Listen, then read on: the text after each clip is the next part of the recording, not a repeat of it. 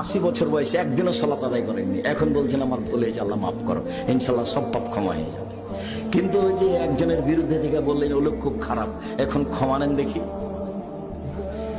এখন কিয়ামত পর্যন্ত ক্ষমা চাইলে ওটা হবে না। কিভাবে হবে? ওর হাত ধরে ক্ষমা নিতে হবে যার বদনাম করেছেন, তাহলে হবে। যদি আমি হাত ধরে ক্ষমা নেনি তাহলে কি হবে? বিচারের মাঠে আল্লাহ বলবেন যে নেকি দিয়ে পরিশোধ করে দেবো। ওখানে তার হাত ধরে ক্ষমাও চলবে না, আল্লাহ ওটা মাফও করবেন না। তাহলে বিচার হবে কিভাবে? নেকি দিয়ে বুঝিয়ে দিতে হবে যার যার বদনাম করেছেন। আপনাকে আমি কতবার বলেছি দোকানে গিয়ে বসবেন না, হাজারো লক্ষবার বলেছি জাতির সামনে দোকানে গিয়ে বসবেন না। দোকানে ল্যাংটা মেয়ে টিভিতে নাচে, ওখানে বসতে হবে না।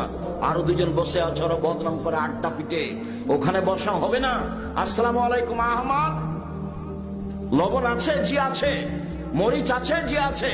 1 কেজি লবণ দাও আর 200 মরিচ দাও। দেওয়া হয়েছে, টাকা হয়েছে, দাও, আসসালামু আলাইকুম। এই পর্যন্ত দোকান